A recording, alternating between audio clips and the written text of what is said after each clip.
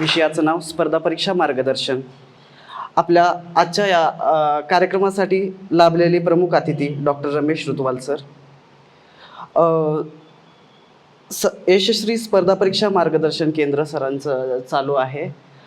Sir स्वतः सरांनी खूप साऱ्या एक्झाम्स देऊन पोस्ट वगैरे अचीव केलेल्या आहेत. खूप मोठं काम आहे सरांचं. मी सर्वप्रथम आपण पाहुण्यांचं स्वागत करून घेऊयात. मी आदरणीय ताईंना विनंती करतो की पाहुण्यांना आपण शाल, श्रीफळ व तुळशी वृंदावन देऊन सरांचं स्वागत करूयात.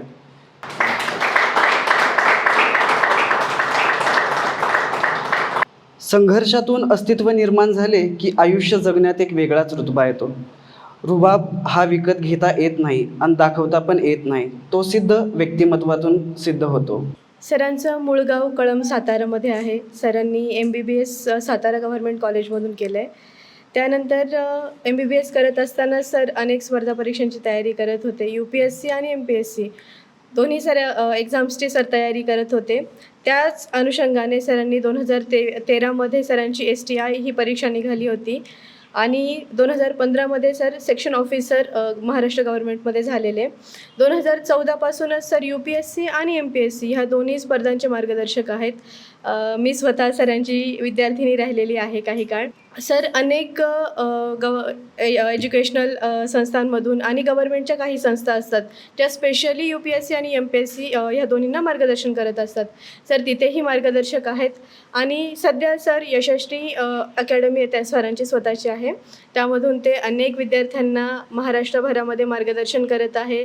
त्याचबरोबर अगदी तुम्ही यूट्यूबला सरांच्या नावाने सर्च केलं तर तुम्हाला लॉकडाऊनमधले सरांचे असंख्य व्हिडिओ दिसतील ज्याच्यामध्ये सर भूगोल, इकॉनॉमिक्स, विज्ञान व तंत्रज्ञान, विज्ञान, गणित अशा सगळ्या विषयांवर मार्गदर्शक व्हिडिओ सरांचे आहेत.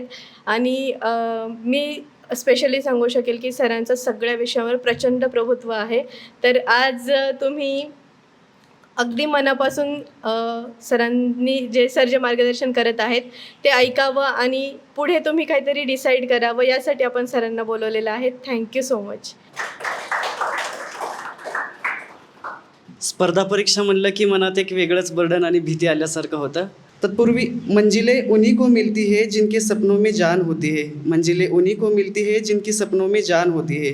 पंखों से कुछ नहीं होता हौसलों से उड़ान होती है. पंखों से कुछ नहीं होता हौसलों से उड़ान होती है. आदरणीय सर, मी जास्त वेळ न घेता मी आता कार्यक्रमाचे सूत्र मी सरांच्या हाती देतो आणि आपण कार्यक्रमाला सुरुवात करूयात. थँक्यू. मी बोलणार होतो सुरुवातीला स्वयंप्रकाशित उतारा चैतन्याचा गाभारा म्हणून, कारण तो दरवेळी मीच बोलतो पण तो त्यांनी बोलून टाकलं.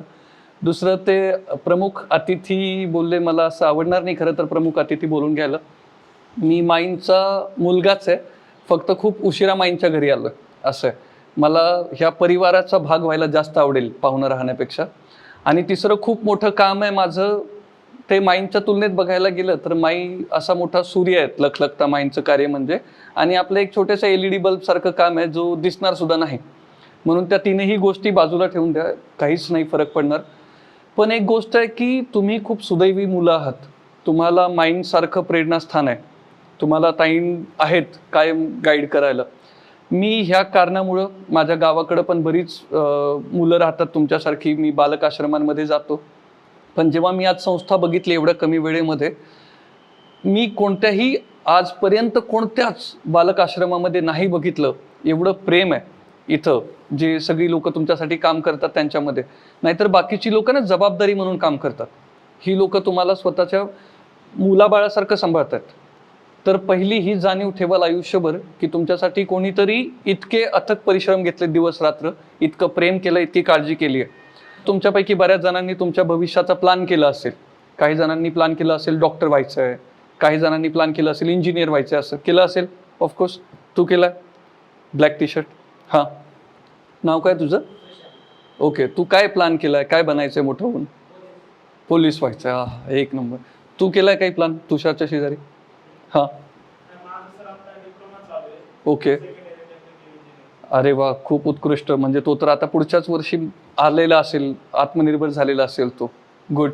तर डॉक्टर व्हायचं असतं बऱ्याच जणांना, पोलीस व्हायचं आहे, खूप छान. बऱ्याच जणांना इंजिनियर व्हायचं असतं. आता मी एकदम गावाकडून आलो होतो, उस्मानाबाद जिल्ह्यातला कळंब तालुका कोणालाही माहिती नसतो, कारण तो न्यूजपेपरमध्येही येत नाही कधी आणि असं काही विशेष पराक्रम नाही आहे.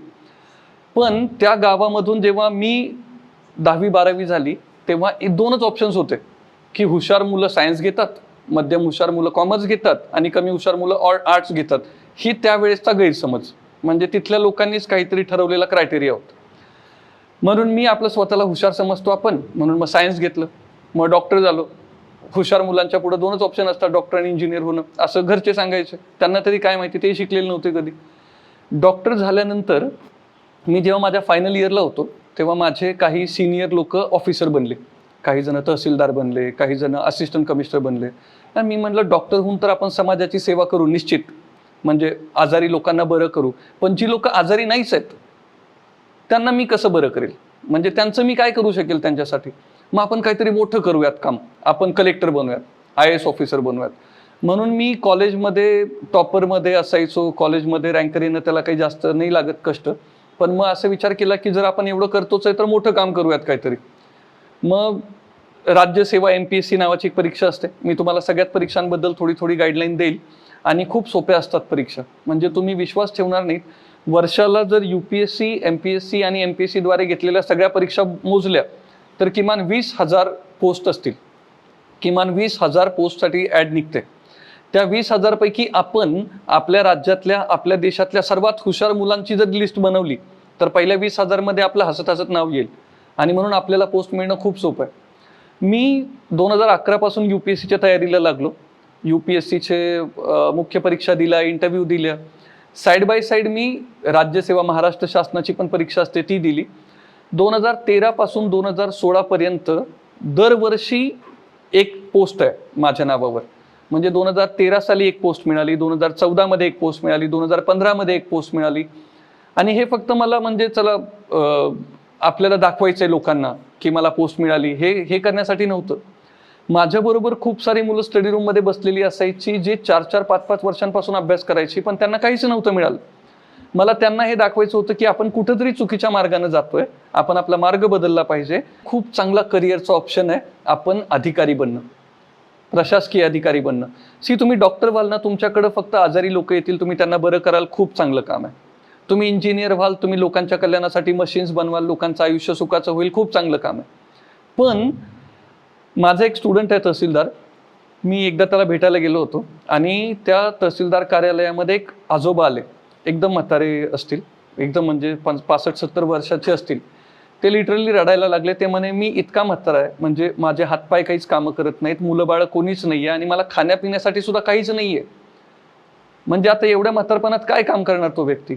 पण माझा जो स्टुडंट होता त्यांनी त्याचं ॲप्लिकेशन केलं, त्यांच्याकडे स्वतःचे काही अधिकार असतात, त्याच्यातून त्यांनी त्या आजोबांना 500 रुपये पर मंथ एक पेन्शन मिळवून दिली. आता त्या आजोबांना किमान 500 रुपये दर महिन्याला मिळतात, ज्याच्यात त्यांचं पोट तरी भरेल. हे काम एक अधिकारी करू शकतो. म्हणून तुम्ही आपल्या समाजामधले जी लोक ज्यांना बिलकुल आधाराची गरज आहे, ज्यांना कोणाचाच आधार नाही आहे, त्या लोकांचा आधार बनू शकतो आपण जर आपण अधिकारी बनलो तर. डॉक्टर बनणं, इंजिनियर बनणं हे खूप चांगले ऑप्शन्स आहेत, 100% खूप चांगले ऑप्शन आहेत. पण अधिकारी बनणं हा एक खूप पवित्र पर्याय आहे, हा एक खूप चांगला पर्याय आहे. तुम्ही नशीबवान आहात की तुम्हाला माईंचं छत्र मिळालंय, तुम्हाला माईंची माया मिळाली, प्रेम मिळालंय. अशी सगळी मुलं नाहीत नशीबवान असू शकत. तुम्ही हे निर्णय हा स्वतःला वचन दिलं पाहिजे की मी माईंच्या मार्गदर्शनाखाली, त्यांच्याकडनं प्रेरणा घेऊन मी इतका मोठा बनेल की मी माझ्यासारख्या किमान 10-10 मुलांना तरी आधार दिला पाहिजे. आणि ते खूप शक्य आहे, 100% पॉसिबल आहे. स्पर्धा परीक्षांचं असं असतं जनरली 10वी नंतर मुलं तयारी करतात स्पर्धा परीक्षांची. मी जेव्हा UPSCची तयारी करायचो तेव्हा आमच्याबरोबर काही मुलं अशी होती ज्यांचे आई वडील ऑलरेडी अधिकारी होते. त्यांना माहिती होतं 7वी-8वी पासूनच की अधिकारी बनण्यासाठी कोणती परीक्षा द्यायला लागते. आपण एकदम खेडेगावातून आलेलो, आपल्याला काही माहिती नाही. मी डॉक्टर होऊन आल्यानंतर मला माहिती पडलं की कलेक्टर होण्यासाठी एक परीक्षा असते आणि ती परीक्षा अशी अशी द्यावी लागते. मग माझ्या क्लासमध्ये 2 मुलं होती, मी त्यांना विचारलं की अरे तुम्ही कसं काय अभ्यास करताय. त्यांचं जे उत्तर ऐकलं ना त्यावेळेस मला असं स्वतःला अपमान झाल्यासारखं वाटलं. त्यांचं असं म्हणणं होतं की तुम्ही जो अभ्यास आत्ता शिकताय तो अभ्यास मला 7वी पासून माहिती आहे. मला 7वी 8वीला माहिती होतं की वर्तमानपत्रातलं काय काय वाचायला लागतं परीक्षेसाठी, आणि मी 23 वर्षांचा झाल्यानंतर शिकत होतो वर्तमानपत्रातलं काय काय आवश्यक असतं, कारण कोणी मार्गदर्शन करायला नव्हतंच. गावाकडे सगळीजण म्हणायची दुकान आहे तुमचं, दुकानदारी करा, कशाला बाहेर जायचं. काही हुशार लोक होती, सुशिक्षित, त्यांनी सांगितलं डॉक्टर बना. पण हे कोणीच नाही सांगितलं. मी जेव्हा फायनल इयरला होतो तेव्हा मला कळलं की अशी एक परीक्षा पण असते ज्या परीक्षेतून आपण डायरेक्टली अधिकारी बनू शकतो. 2-3 गोष्टींमधून तुम्ही खूप सुदैवी आहात. एक तर आपण भारतात जन्माला आलोय. असा देश आहे इथं जिथं तुम्ही कितीही कोणत्याही वर्गातले असाल, तुम्ही कितीही गरीब असाल, तुमचे आई वडील कितीही गरीब असू देत, आई वडील नसतील जरी, तरी सुद्धा तुम्ही एक परीक्षा द्यायची, ती पास करायची आणि तुम्ही अतिशय पॉवरफुल वर्गात जाऊन बसता. तुम्ही दुसऱ्या देशांचा विचार करा ना, आपल्या आजूबाजूचे देश आहेत. चीन नावाचा देश आहे, एक हुकुमशाही आहे देश. तुम्हाला वाटतं तिथं अशी एक परीक्षा असेल? ती परीक्षा आपल्यासारख्या मुलांनी दिली आणि अधिकारी बनलो? नाही होत. आजूबाजूच्या आपल्या कोणत्याच देशामध्ये जर तुमचे आई वडील खूप पॉवरफुल आहेत तर तुम्ही अधिकारी बनाल. पहिली गोष्ट आपली नशीबवान, आपल्या जन्मापासूनच नशीब हे आहे की आपण भारतात जन्माला आलोय. तिथं इतकी चांगली परीक्षा बनवली आहे शासनानं, आपल्या पूर्वजांनी, आपल्या संविधानाने, की अतिशय मागासलेल्या वर्गातून सुद्धा आलेला एक व्यक्ती, एक विद्यार्थी तुमच्यासारखा एक साधी परीक्षा देईल आणि त्या परीक्षेतून तो क्लिअर होऊन अतिशय पॉवरफुल बनेल. इतकं नशीब आहे पहिलं. दुसरं, तुम्ही खूप कमी वयामध्ये तुम्हाला खूप चांगलं मार्गदर्शन मिळालं.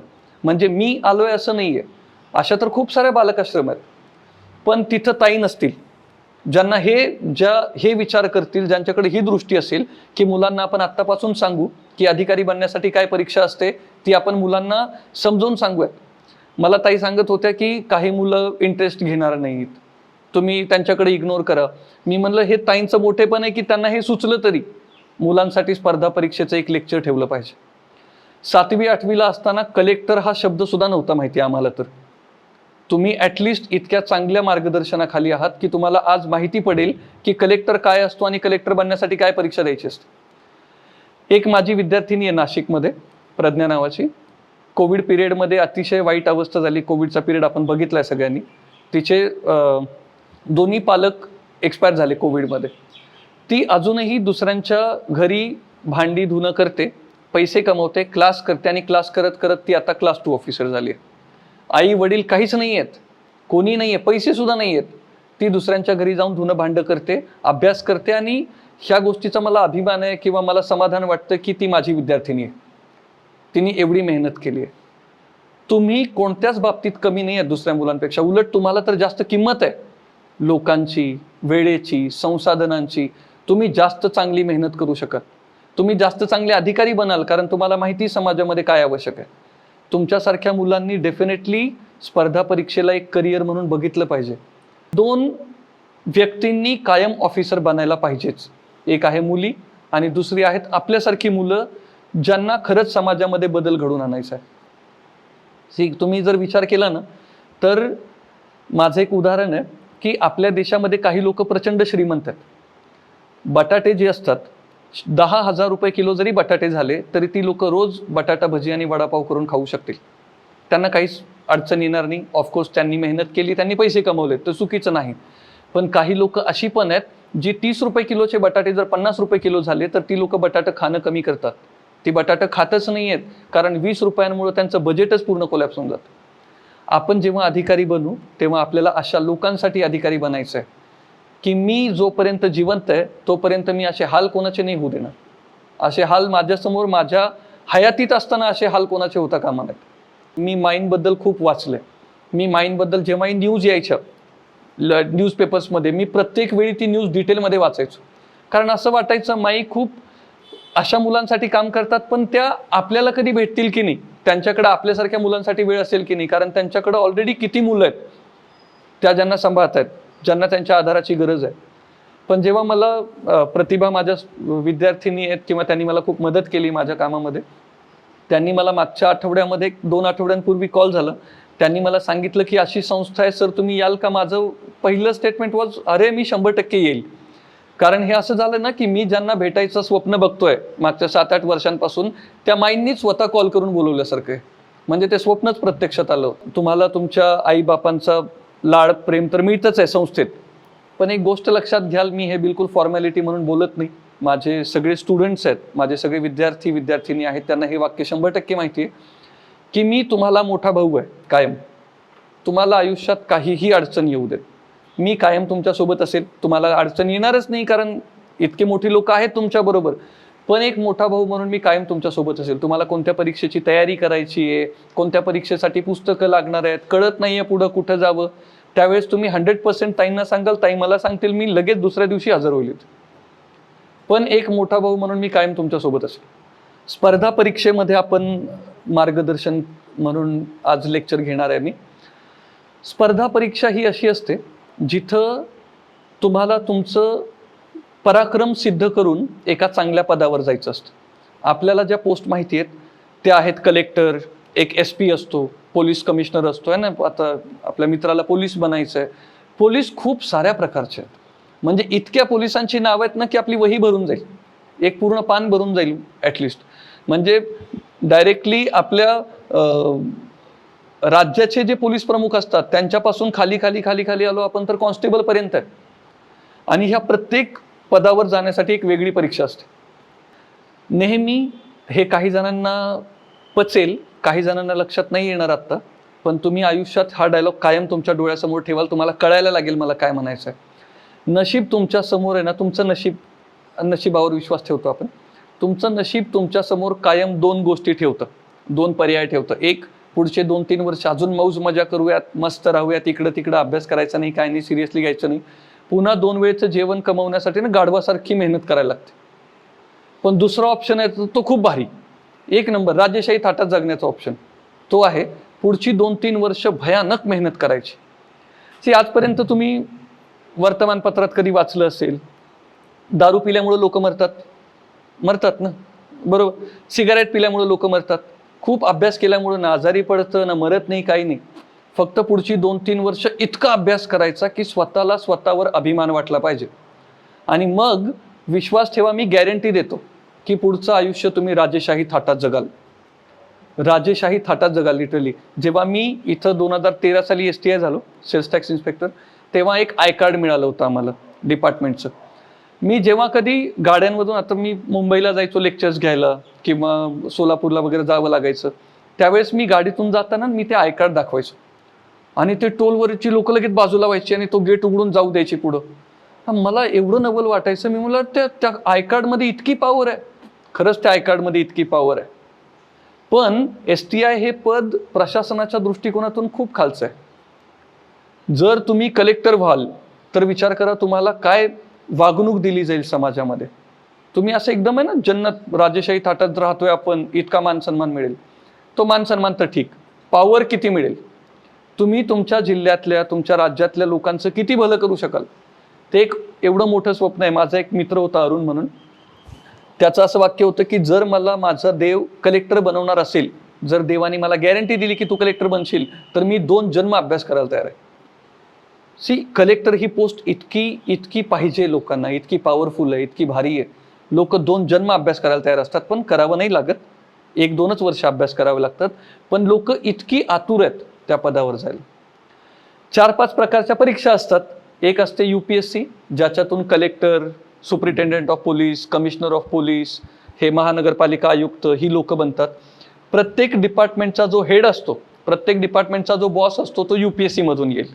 पण UPSC परीक्षा अवघड आहे. पहिल्या प्रयत्नात लगेच नाही मिळत, यश मिळायला वेळ लागतो. मग काय करायचं? 2 गोष्टी खूप महत्त्वाच्या आहेत. पहिलं असतं आपलं पोट, जेवण, उदरनिर्वाह, आणि दुसरं असतं आपलं स्वप्न. आपलं स्वप्न पूर्ण करण्यासाठी जगायचं आहे आयुष्यभर. पण उपाशी पोटी स्वप्न नाहीत ना जिंकली जाऊ शकत, पोट पण भरलं पाहिजे. म्हणून तुम्ही तुमची ड्रीम पोस्ट ठरवायची. एक कलेक्टर बनायचं आहे, डेप्युटी कलेक्टर बनायचं आहे, तहसीलदार बनायचं आहे, कमिशनर बनायचं आहे, सुपरिटेंडेंट बनायचं आहे, खूप साऱ्या पोस्ट आहेत. तुम्ही तुमची एक पोस्ट ठरवायची, ड्रीम पोस्ट, त्या पोस्टसाठी लढायला लागायचं. पण लगेच उपाशी पोटीच मी लढत राहील असे नाही करायचं. त्या पदावर जाण्यासाठी जर मला मेहनत करायची आहे तर मला खायला प्यायला लागेल. म्हणून एक अशी पोस्ट निवडायची जी तुमचं पोट भरेल. एकदा तुमचं पोट भरायला सुरू होईल, साईड बाय साईड तुम्ही तुमच्या ड्रीम पोस्टसाठी लढत राहायचं. ज्या दिवशी तुमची ड्रीम पोस्ट मिळेल त्या दिवशी तुमचा संघर्ष संपेल. त्या दिवशी तुमचा स्ट्रगल, तुमचं हार्डवर्क, तुमची मेहनत, तुमचे त्याग सगळं संपलेलं असेल. त्याच्यानंतर मग खऱ्या अर्थानं आयुष्य जगायला मजा येईल. 10वीपर्यंत आता परीक्षा तर खूप साऱ्या आहेत. UPSC आहे, MPSC आहे. MPSCद्वारे खूप साऱ्या पोस्ट मिळतात. जवळपास मी जर सांगितलं 15-20 हजार पदांसाठी ॲड येते, त्याच्यापैकी एक पोस्ट तर 100% मिळते, आपल्याला मिळूच शकते. माझ्यासारखा मला तर कम्प्युटरमध्ये कंट्रोल आणि अल्टर डिलीटचं काय फंक्शन असतं ते मला 11वीला कळालं, 11वी-12वीला. तुम्हाला मला आत्ता जस्ट दाखवत होता अक्षय की कम्प्युटर लॅब किती भारी आहे. तुम्हाला कम्प्युटर आत्तापासून बघायला मिळतोय, हेच नशीब तुमचं. आम्हाला तर कम्प्युटर माहिती नव्हता तरी कम्प्युटरच्या नोट्स पाठ करायचो 11वी-12वीला आणि UPSC करताना. विशेष असं करायचं की 10वीपर्यंत तुम्ही स्पेसिफिकली तुम्हाला तुमच्या शाळेतल्या अभ्यासक्रमावरच लक्ष द्यायचं आहे. 10वीपर्यंत तुम्हाला ह्या परीक्षांचा काही अभ्यास नसतो करायचा. 10वीपर्यंत फक्त स्वतःला ऑफिसर बनवायचं आहे आपल्याला आतमधून. कसं असतं, मी ज्यावेळेस इंटरव्ह्यूला गेलो होतो MPSCच्या, जेव्हा मी 2015 साली कक्षाधिकारी झालो, त्यावेळेस त्या इंटरव्ह्यूमध्ये मला एक गाईडलाईन दिली होती माझ्या एका सिनियरने. तो म्हणे ज्या वेळेस समोरच्या व्यक्तीला हे पटेल, सपोज हा विद्यार्थी माझ्यासमोर, हा जेव्हा माझ्यासमोर येईल तेव्हा मला असं वाटलं पाहिजे की अरे हा ऑफिसर झालाच पाहिजे. हा जर ऑफिसर झाला नाही तर आपल्या राज्याचं नुकसान आहे, कारण तो तर इतका भारी, तो मोठा काहीतरी बनेलच. तुमच्याबद्दल समोरच्या माणसाला हे पटलं पाहिजे की हा व्यक्ती ऑफिसर बनण्यासाठी किंवा काहीतरी मोठा माणूस बनण्यासाठी जन्माला आला. ज्यावेळेस समोरच्या माणसाला हे पटेल त्यावेळेस तुम्हाला अधिकारी बनण्यापासून कोणीच नाही रोखू शकणार, कारण आता सगळ्यांना पटायला लागेल. 10वीपर्यंत तुम्हाला स्वतःची पर्सनॅलिटी अशी बनवायला लागेल की तुम्ही अधिकारी आहात, तुम्ही अधिकारी बनण्यासाठी जन्माला आलेला आहात, तुम्ही ग्रेट बनण्यासाठी जन्माला आलेले आहात. आणि रोज तो फोटो आहे तुमच्यासमोर माईंचा. म्हणजे आमच्यासारख्या मुलांना तरी रेडीमेड असे बाहेर फोटो आणून लावायला लागतात किंवा मोबाईलमध्ये बघायला लागतात. तुम्हाला तर रोज खाली माईंचा पुतळा आहे, तो बघूनच तुम्ही कधी लूज पडू शकणार नाहीत आयुष्यात. तुम्ही रोज संघर्ष करत राहाल, तुम्ही रोज लढत राहाल. पण 10वीपर्यंत तुम्हाला स्वतःला ते बिंबवायचं आहे आतमध्ये की तुम्ही मोठा माणूस बनण्यासाठी जन्माला आलेला आहात. निसर्गाला किंवा आपल्या देवाला, आपण देवावर विश्वास ठेवतो नाही ठेवत, तो आस्तिकतेचा भाग आहे. पण देवाला काहीतरी असं अपेक्षित असेल की आपण मोठं करावं, म्हणून देवानी आपल्याला माणूस बनून पाठवलं खाली. जर देवाला आपल्याला पाठवायचंच होतं तर कॉक्रोच बनवून पाठवलं असतं. काही नाही, आपण कोणाच्याही किचनमध्ये गेलो असतो, इकडं तिकडं खाल्लं असतं, तोंड मारलं असतं, कोणीतरी आपल्यावर स्प्रे मारला असता, मरून गेलो असतो आपण. पण देवानी आपल्याला कॉक्रोच नाही बनवलं, देवानी आपल्याला मनुष्य बनवलंय. 2 हात, 2 पाय, प्रचंड बुद्धिमत्ता असलेलं डोकं, 2 डोळे, जे इतकं चांगलं काम करतात. हे आपल्याला अवयव देवानी दिलेत, कारण देवाला आपल्याकडनं प्रचंड अपेक्षा असेल की हा व्यक्ती खाली जाऊन काहीतरी मोठं काम करेल. आणि जेव्हा आपण ते मोठं काम करू तेव्हा देवाला अभिमान वाटेल आपल्यावर की अरे वा, मी ह्याला बनवून काहीतरी चांगली गोष्ट केली. तुम्ही ताजमहाल बद्दल ऐकलं, सगळ्यांनीच ऐकलं. कुठे ताजमहाल? ताजमहाल आग्र्याला आहे, बरोबर. ताजमहाल बऱ्याच शेकडो वर्षांपूर्वी बनवलाय, तो आजही टिकून आहे. का? कारण ताजमहाल बनवायला खूप वेळ लागला होता. आपल्या शेतामध्ये आपण गोठा बनवतो, किती दिवस लागतात बनवायला? 2-4 दिवस, 5 दिवस. 5 दिवसात बनलेला गोठा 50 वर्ष सुद्धा नाही टिकत, 10 वर्षे नाही टिकत. पण ताजमहाल बनवायला कित्येक वर्ष लागली होती, कित्येक मेहनत झाली, कित्येक लोकांचा जीव गेला, पण तो ताजमहाल आजही टिकून आहे. जर आपल्याला काहीतरी मोठं बनवायचं आहे ताजमहाल सारखं, तर आपल्याला किंवा महाराजांनी आपल्या किती किल्ले बनवलेत, जर आपल्याला काहीतरी मोठं बनवायचं आहे तर जास्त दिवस लागतील, जास्त मेहनत घ्यावी लागेल. शेतातला गोठा तर कोणीही बनवेल ना, प्रत्येक जण बनवतो, पण त्याला मेहनतही नाही लागत जास्त आणि तो टिकतही नाही जास्त. झोपडा बनवायला काही वेळ नाही लागत, काही मेहनत नाही लागत, तो टिकतही नाही. 10-20 वर्षामध्ये तुम्हाला लगेच नवीन करावं लागेल. पण ताजमहाल बनवायला वेळ लागतो, मेहनत लागते, जीव जातो लोकांचा, पण तो ताजमहाल टिकून राहतो, ज्याची उदाहरणं देतात. महाराष्ट्रात पुण्यामध्ये बसलेल्या मुलांना सुद्धा माहिती ताजमहाल आग्र्याला आहे, पण कोणाच्या झोपड्याचं नाव आपल्याला माहिती? कोणाचं सुद्धा नाही. म्हणून मेहनत करायला कधीच तुम्ही 1लीला असाल, 2रीला असाल, 7वी, 8वी, 10वीला असाल, तुम्ही कोणत्याही इयत्तेत असाल, एक गोष्ट कंपल्सरी आहे की तुम्ही मेहनत केलीच पाहिजे, भयंकर मेहनत केली पाहिजे. खूप मुलं एवढी मोठी होतात. मी जस्ट एक मागच्या आठवड्यामध्ये बघत होतो की एक 12 वर्षाची मुलगी आहे, तिने 12वीची परीक्षा क्लिअर केली. जर ती 12 वर्षाची मुलगी करू शकत असेल तर तेच डोकं मला पण दिलं देवानं, मी का नाही करू शकत? मी तर 17 वर्षाचा झाल्यावर सुद्धा 12वी नाही क्लिअर करत आहे, कारण आपण मेहनत करायला तयार नाही आहेत. मेहनत केली पाहिजे. म्हणून एक गोष्ट तुमच्या आयुष्यात कायम राहील, ती आहे मेहनत करणं. कारण आपल्याला असं एकदम साध्या माणसासारखं जगून मरायचं नाही की आपण जन्माला आलो मेलो कोणालाच कळलं नाही. आपण जर मेलो तर ॲटलिस्ट आपण ज्या जिल्ह्यात मरू त्या जिल्ह्याच्या प्रत्येक माणसाला माहिती पडलं पाहिजे आपण मेलोय. इतकं मोठं काम करायला पाहिजे. नाहीतर साधारण लोक तर खूप सारी जन्माला येतात तुमच्या आजूबाजूला. आपण विमाननगर खराडीमध्ये जर बघितलं, सकाळी उठतात लोक, पटपट आंघोळ करतात ऑफिसला, संध्याकाळी 7 वाजता येतात, पटपट फ्रेश होतात, कुटुंबाला घेऊन हॉटेलमध्ये जेवायला गेले, रात्री आले 10 वाजता झोपून गेले. का? कारण उद्या सकाळी उठून ऑफिसला जायचंय. काय काम आहे त्यांचं आयुष्यामध्ये? ती लोक नाही राहिली तर कोणाला खूप जास्त फरक पडेल? कोणालाच नाही फरक पडणार. असं नाही जगायचं, असं जगायचंच नाही. तुम्ही आज पहिल्यांदा हे वचन स्वतःला दिलं पाहिजे की असं जगायचंच नाहीये की मी फक्त माझ्या कुटुंबासाठी जगलो मेलो काही कोणाला फरक नाही पडलं. एवढं मोठं बनायचंय की लोकांना फरक पडला पाहिजे. 10वी पर्यंत तुम्ही लोकांनी ना फक्त स्वतःमध्ये ते गुण रुजवायला पाहिजेत की एक अधिकारी बनण्यासाठी काय काय केलं पाहिजे आपण, पर्सनॅलिटी कशी असली पाहिजे, माझं बोलणं कसं असलं पाहिजे, माझं चालणं कसं असलं पाहिजे. कपडे वगैरे तर त्या गोष्टी नंतर येतील. जेव्हा तुम्ही ऑफिसर बनाल तेव्हा पगार यायला लागेल तेव्हा तुम्ही किती भारी कपडे घ्या, आता तो मॅटर नाही करत. पण तुमच्या बोलण्यातून चालण्यातून लक्षात आलं पाहिजे, तुमच्या विचार करण्यातून लक्षात आलं पाहिजे की तुम्ही अधिकारी बनाल. तुम्हाला 10वी पर्यंत एवढंच करायचं. तुम्हाला खूप तर 10वी पर्यंत वर्तमानपत्र वाचायची आहेत. वर्तमानपत्रातून आपल्याला हे कळतं की आपल्या देशात काय चाललंय, आपल्या राज्यात काय चाललंय, आपल्या देशासाठी आपल्या राज्यासाठी काय खूप भलं आहे, त्या न्यूज वाचायच्या आहेत. 10वी नंतर खऱ्या अर्थानं तुमच्या अभ्यासाला सुरुवात होईल. 10वी पर्यंत तुम्हाला फक्त तुमचे बेसिक, तुमचा पाया मजबूत करायचा आहे बस. बरोबर? हो म्हणा हो. आता तुम्ही ॲटलिस्ट स्वतःमध्ये ते गुण रुजवा जे आवश्यक आहेत मोठं बनण्यासाठी. कारण मेहनत तुम्हाला करावीच लागणार आहे. ते वयही येईल जेव्हा मेहनत करावी लागणार आहे. पण आत्ता फक्त स्वतःला आतमधून ऑफिसर बनवा. अंड असतं ना कोंबडीचं, ते कोंबडीने दिलेलं अंड जर आपण बाहेरून फोडलं ना तर पिल्लू नाही जन्माला येत, मरून जात. पण तो पिल्लू जेव्हा ते अंड आतमधून फोडून बाहेर येतो ना तेव्हा तो जन्म घेतो. म्हणून आम्ही तुम्हाला बाहेरून किती डिवचलं, अभ्यास करा, मेहनत घ्या, अधिकारी व्हा, त्याचा जास्त उपयोग नाही होणार. तुमच्या आतमध्ये ती आग पेटत राहिली पाहिजे की जर मी ग्रेट नाही बनलो, जर मी महान नाही बनलो तर माझं आयुष्य व्यर्थ असेल. ती आग आतमध्ये पेटत राहिली ना तुम्ही डेफिनेटली मोठे बनाल. आणि आम्ही सगळी तर तुमच्यासोबत आहोतच त्या प्रवासात. बाथरूममध्ये जाऊन मोबाईलवर गाणी लावायचो आणि अर्ध्या 1 तासात कपडे धुवून टाकायचो. शनिवार थोडासा एन्जॉय करण्याचा दिवस होता. पण तुमचा शनिवार मी घेतलाय. पण मला अशी अपेक्षा आहे की तुम्हाला आज हे कितीही रफ वाटलं, कितीही वृक्ष वाटलं हे लेक्चर, तरी जेव्हा तुम्हाला तुमच्या करिअरबद्दल निर्णय घेण्याची वेळ येईल तेव्हा तुम्हाला ह्याचा खूप फायदा होईल. तेव्हा तुम्ही खूप चांगला निर्णय घेऊ शकाल अशी अपेक्षा आहे मला. काही वाटतंय अजून काही बोलायचं आहे? काहीच नाही, लवकर जाऊ द्या सर.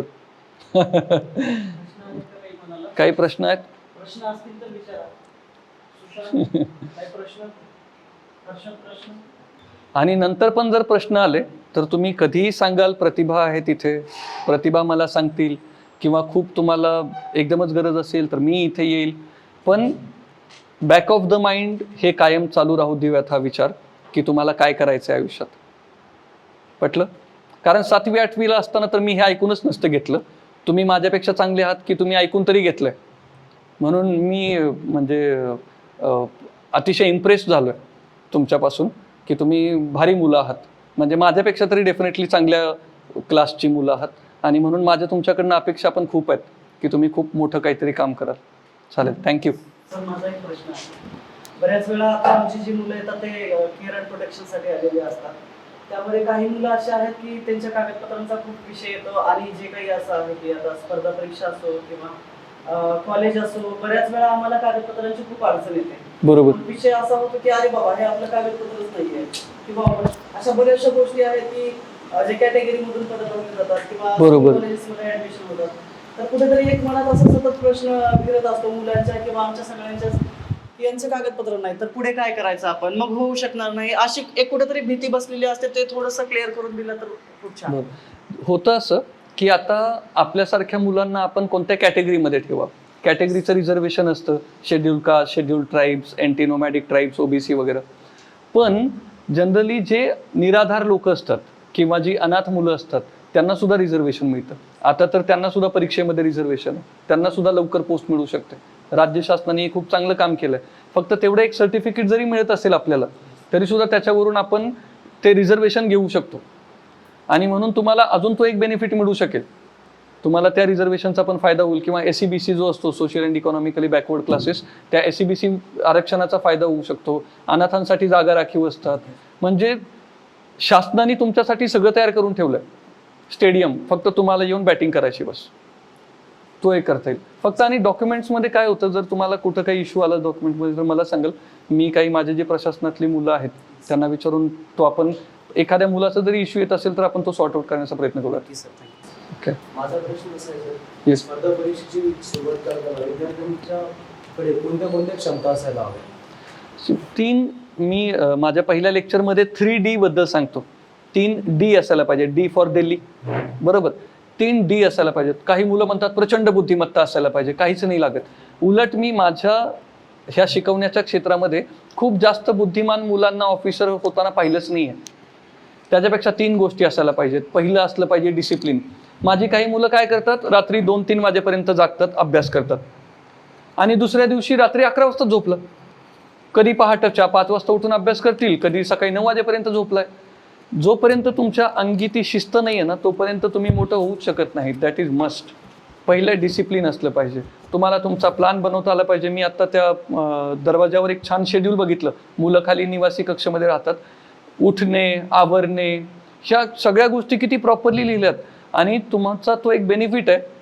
आमच्यासारखी मुलं जी घरात राहतात ना ती लाडाने बिघडलेली असतात. आम्हाला काही डिसिप्लिन नाही राहत. तुम्हाला इथं खूप छान शिस्त आहे. म्हणजे मला स्वतःलाच नाही आठवत की मी 2012 पूर्वी कधी प्लॅन फॉलो केला आहे, कधी वेळेवर उठलो आहे, कधी अभ्यास केला आहे. ते तर ठीक आहे, चला अभ्यास केला डॉक्टर झालो. पण त्याच्यानंतर कळलं की डिसिप्लिनचं काय महत्त्व असतं. तर फर्स्ट D इज डिसिप्लिन, शिस्त असली पाहिजे. दुसरं D आहे डेडिकेशन, समर्पण असलं पाहिजे. मी जर मोठा झालो नाही, मी जर महान बनलो नाही तर मी जिवंतच नाही राहू शकणार. इतकी आग पेटत असली पाहिजे. आपण आपल्या इतिहासाच्या पुस्तकामध्ये बघतो भगतसिंग, माननीय भगतसिंग, राजगुरू सुखदेव, त्यांचा किती मोठा आदर्श आहे. जर मी माझ्या देशासाठी काही करू शकलो नाही तर मी जिवंतच नाही राहू शकणार. ती लोक हसत हसत फासावर गेली. आपण काय करतो, मला जर उद्या कोणी सांगितलं की चल मी तुझ्या देशाला बरं करतो, तू फासावर जा, होईल का हिंमत? नाही होणार. इतकं डेडिकेशन असलं पाहिजे की मला जर मोठं बनायचं आहे तर मी माझं सगळं जीव पणाला लावून अभ्यास केला पाहिजे. आता गावाकडे ना एक नरेगा नावाची योजना चालू असते, महात्मा गांधी राष्ट्रीय ग्रामीण रोजगार हमी योजना. त्याच्यामध्ये सकाळी 9-10 वाजता लोक येतात, दिवसभर दगडं फोडतात, संध्याकाळी 5:30 वाजता जातात, 300-350 रुपये दिवसाला घेतात आणि निघून जातात. मेहनत करतातच आहेत ना, पण त्या मेहनतीचं त्यांना काय मिळतंय? 350 रुपये. का? कारण ज्यावेळेस मेहनत करायला पाहिजे होती त्यावेळेस मेहनत नसेल केली किंवा माहितीच नसेल, गरीब घरातून आलेली असेल. आपल्याला तसं नाही करायचं. मी कधीच ॲक्सेप्ट करणार नाही की मी सकाळी 9:30 वाजता जाईल, रात्री 5:30 वाजेपर्यंत हार्डवर्क करेल आणि काहीच त्या मेहनतीचं मिळणार नाही.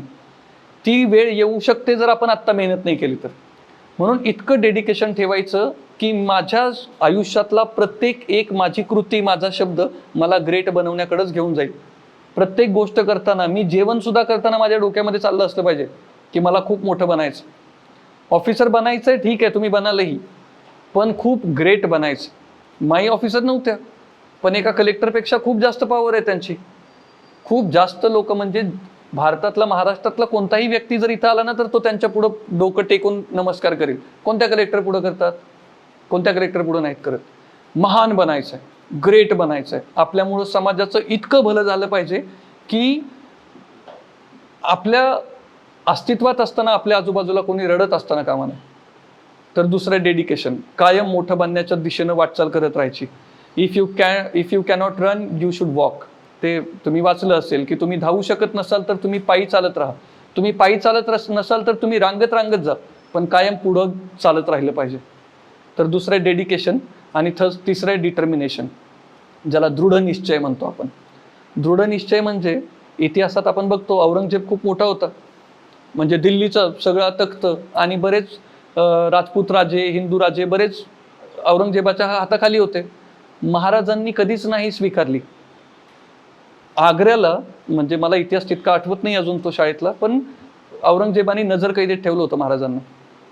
किती धाडस असेल विचार करा, की त्या औरंगजेबाच्या नजरकैदेतून महाराज संभाजी महाराजांना घेऊन स्वतःच्या डोक्याने त्या फळांच्या आणि मिठाईच्या ह्याच्यामध्ये बसून पुन्हा बाहेर आले. औरंगजेबाचं नाक कापल्यासारखं अपमान झाला असेल त्याचं. हे महाराज करू शकले कारण महाराजांना माहिती होतं की मी हे करू शकतो. डिटर्मिनेशन असलं पाहिजे, दृढ निश्चय असला पाहिजे की मला मोठं बनायचंच आहे. शिस्त, तुमचं समर्पण आणि तुमचं दृढ निश्चय, ह्या 3 गोष्टी तुम्हाला आयुष्यात डेफिनेटली मोठं बनवतात. 3D, डिसिप्लिन, डेडिकेशन आणि डिटर्मिनेशन. ह्या 3 गोष्टींशिवाय ना तुम्ही मोठे बनू शकत नाहीत. हा माझा मागच्या 10 वर्षांचा अनुभव आहे. बुद्धिमत्ता ठीक आहे, एक वेळ मला ॲव्हरेज मुलं जी असतात ना ते मला असं बोलतात की सर मी तर तसा पण हुशार नाही आहे, मला तर 2-2 वेळा अभ्यास करावा लागेल, 2-2 वेळा वाचन करायचं आहे. तर ती मुलं टाइमपास करतच नाहीत, अभ्यास करतात, ऑफिसर बनतात. जी लोक खूप हुशार असतात ना त्यांना माहिती असतं मी हुशार आहे, मग ती लोक काय करतात, मी हुशारच आहे तसा पण, एक रीडिंग केली तरी पास होऊन जाईल, मग ती लोक टाइमपास करायला लागतात. आणि म्हणून खूप हुशारी कामाची नाही. डेडिकेशन खूप महत्त्वाचं, शिस्त असली पाहिजे, प्रत्येक गोष्टीत शिस्त असली पाहिजे, खूप आवश्यक.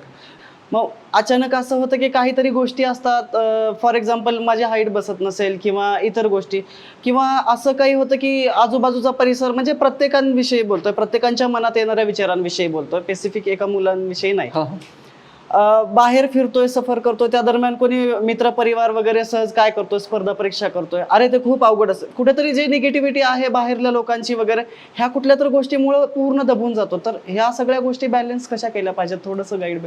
हा खूप भारी प्रश्न आहे. बरं काय होतं माहिती आहे, सपोज तुम्ही सगळी मुलं आहात, तुम्ही स्पर्धा परीक्षेची तयारी करताय, तुम्ही तर पहिल्या प्रयत्नात दुसऱ्या प्रयत्नात यशस्वी व्हाल, तुमचं नको उदाहरण घ्यायला. आपण एखाद्या एरियामध्ये राहतोय, तिथं तुम्ही गेलात अभ्यासासाठी, तुमच्या आजूबाजूची मुलं तुम्हाला काय म्हणतील, अरे कशाला ही परीक्षा देतोय, इतकी अवघड आहे, कोणी पास नाही होत. का? कारण ती मुलं पास नाही झालेली. ती मुलं पास नाहीच झाली म्हणून तर ती मुलं तिथे आहेत. ज्या मुलांनी तुम्हाला सांगितलं असतं ना, अरे खूप चांगली परीक्षा आहे ही, खूप लवकर ऑफिसर बनता येतं, ती मुलं तिथं नाहीच आहेत. का? कारण ती मुलं पास होऊन निघून गेली.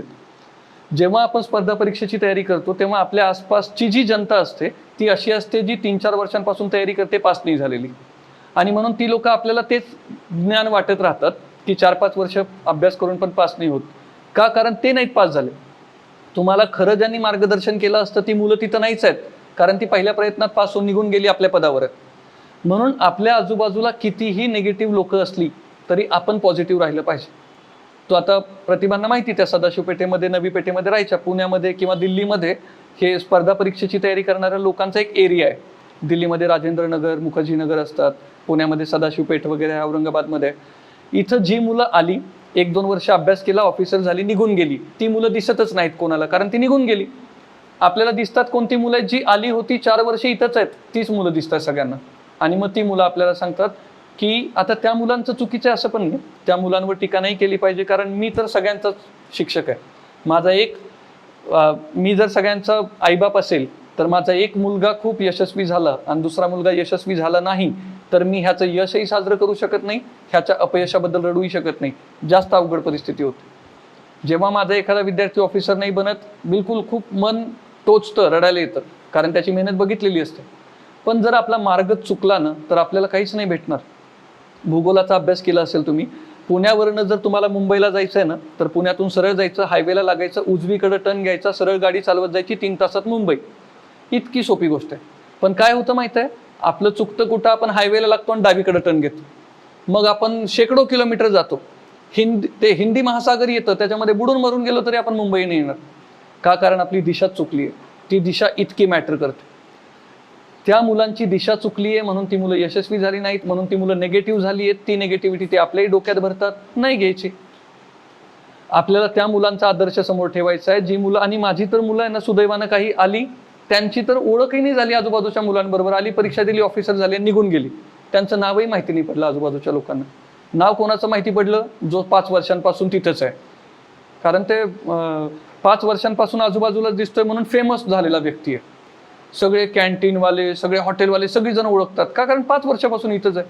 आणि मग तो फेमस झालाय, मग तो सगळ्यांना सांगतो आता की अरे काही उपयोग नाही, बघ मी 5 वर्षांपासून करतो. असं तू 5 वर्षांपासून करतोय म्हणून मला पण 5 वर्ष लागतील याची काही आवश्यकता नाही. मी खरं तर हे दाखवण्यासाठीच मी 2013 मध्ये STI झालो, 2014 मध्ये गट विकास अधिकारी झालो, 2015 मध्ये सेक्शन ऑफिसर झालो. कंटिन्युअसली हे दाखवण्यासाठी की तुम्ही चुकीचा विचार करताय. पोस्ट मिळणार नाही असं होणारच नाही. माझ्यासारख्या साधारण अतिशय ग्रामीण भागातून आलेल्या मुलाला जर दरवर्षी एक पोस्ट मिळते आणि ती पण अशी नाही एकदम सेम लेवलची, प्रत्येक वेळी वरच्या लेवलची पोस्ट मिळते. जर माझ्यासारख्या ॲव्हरेज मुलाला मिळत असेल तर तुम्ही तर हसत हसत व्हाल. म्हणून ह्या निगेटिव्हिटीला दूर करता आलं पाहिजे. आपल्या आजूबाजूची लोक आपल्याला काय देतात त्याच्यातून आपल्याला जे घ्यायचं आहे तेच घ्यायचं, जे नाही घ्यायचं ते प्रेमानं परत करून टाकायचं. निगेटिव्हिटी बिलकुल राहता कामा नये. निगेटिव्हिटी आपल्याला नेहमी पराजित करून राहील. बिलकुल नकारात्मकता ठेवायची नाही. Yes sir, thank you sir. अजून आता इथे जो माझ्या मुलांचा वयोगट आहे बरोबर. जो आहे, म्हणजे 8वी पासून पुढचे 14 वर्षापासून पुढचे आहेत. हम्म. त्यातले जे 8वी 9वी 10वी आहेत त्यांनी अजून स्पेसिफिक कुठली काही लाईन अजून निवडलेली नाही. आर्ट्स किंवा कॉमर्स किंवा सायन्स. पण एक गट असा आहे की ज्यांनी ऑलरेडी आर्ट्स घेतलेला आहे, कॉमर्स घेतलेला आहे, 10वी नंतरची जी असतील. डिप्लोमा आहे. तर त्याच्याही पुढे आता एक जो मागे आहे तो हॉटेल मॅनेजमेंटच्या सेकंड इयरला आहे. वा ग्रेट. आता कॉम्प्युटर सायन्स एकाने काय करतो डिप्लोमा इन कॉम्प्युटर ऍप्लिकेशन मध्ये करतो. ओके. तर तो तिथे आहे. मग ज्यांनी एक कुठली तरी साईड निवडलेली आहे त्यांनी मग ह्या गोष्टींचा तितका सिरियसली विचार करायचा नाही का? किंवा मी कुठल्या वाटेने जाऊ शकतो. म्हणून आता 12वीला कोण गेले, पवन केलाय ना 12वीला. कुठे Yes. पवन? हा, आणि 12वीला आहे, कॉमर्सला आहे तो. ओके. म्हणजे आता 10वीचा रिझल्ट लागायचा 4 जण आहेत. बरोबर. आता ह्या चौघांना जर अधिकारी व्हायचं ह्यांना असेल तर मग ह्यांनी कुठली साईड निवडावी? बरोबर. म्हणजे त्यांच्या मार्कानुसार जर त्यांना कॉमर्सही मिळत असेल, सायन्सही मिळत असेल तर मग त्यांनी काय करावं पाहिजे? त्यांनी काय करावं? आणि जी आता वयाच्या 18-20 वर्षी आहे तर 22 पण वय आहे मुलांचं, बरोबर. ते हा विचार करू शकतात का की मी स्पर्धात्मक परीक्षा देऊ शकतो आणि ऑफिसर बनू शकतो. गुड. अगोदर काय व्हायचं की ज्यांना अधिकारी बनायचं असायचं ना ती मुलं BA करायची, आर्ट्स घ्यायची आणि अधिकारी बनायची.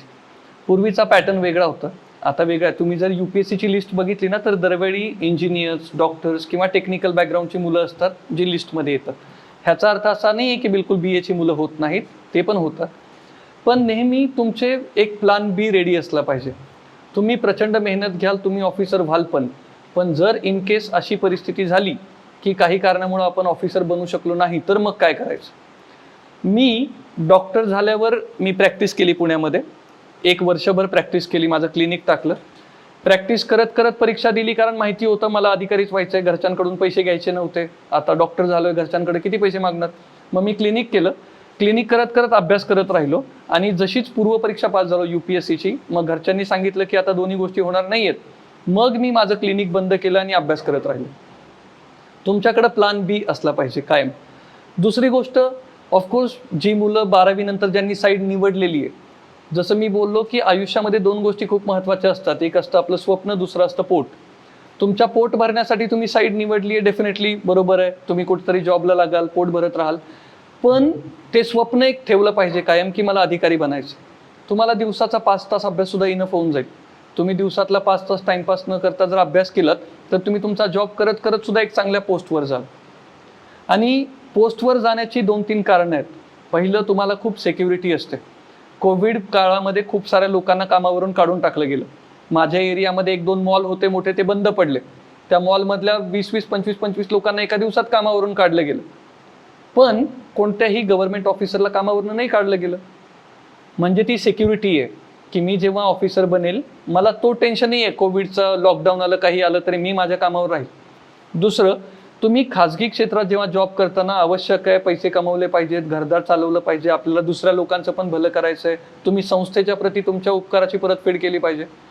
पण पैसे कमवताना समाजामध्ये तो स्टेटस पण असला पाहिजे. तुम्ही जेव्हा अधिकारी बनता तेव्हा तो स्टेटस तुम्हाला मिळतं. म्हणजे जेव्हा रस्त्यावरनं एखादी मर्सिडीज जाते आणि त्याच्याच शेजारून एक शासनाची गाडी जाते, टाटा इंडिगो, त्याच्यावर लाईट आहे, पण माझं लक्ष कधीच मर्सिडीजकडे जात नाही, कधी सुद्धा नाही. माझं लक्ष नेहमी त्या कारकडे जातं ज्या कारवर लाईट आहे, कारण त्याला ते स्टेटस आहे. मर्सिडीज कमवणारा मेहनती, ऑफकोर्स मेहनती आहे, त्याने पैसे कमवलेत, पण स्टेटस नेहमी एका अधिकाऱ्याला मिळेल, कारण तो समाजासाठी काम करतोय. तिसरं, तुम्ही जेव्हा खूप पैसे कमवाल तुम्हाला समाजासाठी वेळ काढून जावं लागेल, पैसे द्यावे लागतील. पण अधिकारी झाल्यावर तुम्हाला समाजासाठी वेळ नाही सेपरेट काढायचा आहे, कारण तुमचा वेळच समाजासाठी. तुम्ही समाजाचं काम करण्यासाठीच तुम्हाला पगार मिळणार आहे. म्हणून ह्या 3 कारणांमुळे अधिकारी बनलं पाहिजे. साईड निवडताना आपल्या बुद्धिमत्तेनुसार आहे. आपण आर्ट्स निवडली, कॉमर्स निवडली, सायन्स निवडली, ऑल आर गुड. पण सायन्स निवडलेलं थोडं चांगलं राहतं, कारण जे परीक्षेचे पॅटर्न आहेत नवीन, त्या नवीन पॅटर्ननुसार आपल्याला मॅथ्स असेल, रिझनिंग असेल, सायन्स अँड टेक्नॉलॉजी असेल, ह्या गोष्टी जास्त कामाला येतात. आपल्या इंटरव्ह्यूमध्ये ह्या गोष्टी जास्त कामाला येतात.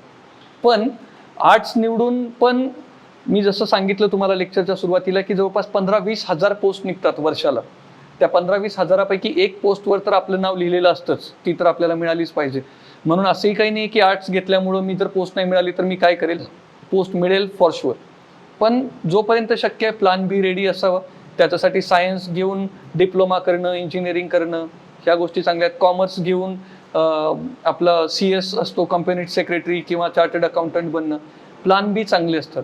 कारण माझ्याकडं योगायोगानं अशीच मुलं आली आहेत सगळी, जी एकतर इंजिनियर्स असतात किंवा डॉक्टर्स असतात किंवा MBA केलेली असतात. मी जेव्हा इंटरव्ह्यूला गेलो होतो UPSCच्या, त्यावेळेस माझ्याबरोबर एक बिहारमधला मुलगा होता इंटरव्ह्यूला. आम्ही दोघं बसलो असं संध्याकाळी चहा पीत, इंटरव्ह्यूची तयारी चालली होती.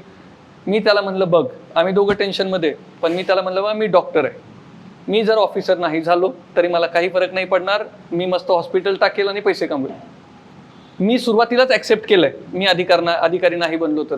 तो काय बोलला माहित आहे, तो बोलला की मी जर अधिकारी नाही बनलो तर माझं सगळं कुटुंब रस्त्यावर येईल, आम्ही सगळी उपाशी मरू, मला 2 लहान बहिणी आहेत, 1 लहान भाऊ आहे, आमच्या सगळ्या कुटुंबाची वाट लागेल जर मी ऑफिसर नाही बनलो तर. आणि म्हणून दोघांच्या त्या तळमळीमध्ये फरक बघा किती आहे. माझी तळमळ कमी होती, कारण मला माहिती मी डॉक्टर आहे, मी काय पैसे कमवेल. महाराष्ट्रातल्या मुलांना भरपूर रोजगार मिळतो, बिहारमध्ये रोजगारच नाही. त्यावेळेस त्याला तो जीवन मरणाचा प्रश्न होता, करेंगे या मरेंगे. त्याने तितक्या तळमळीने परीक्षा दिली, आज तो बिहारमध्ये ऑफिसर आहे. UPSCतून नाही झालं, पण तो बिहारमध्ये ऑफिसर आहे. त्याचं कुटुंब खूप चांगलं आहे, त्याच्या 2 बहिणींची लग्न झाली, त्याचा लहान भाऊ प्रायव्हेटमध्ये जॉब करतो. पण ती तळमळ आहे त्या मुलांकडं. त्या मुलांना माहिती की आमच्याकडे प्लॅन बी नाही आहे, आम्हाला प्लॅन A नाहीतर मरावंच लागेल.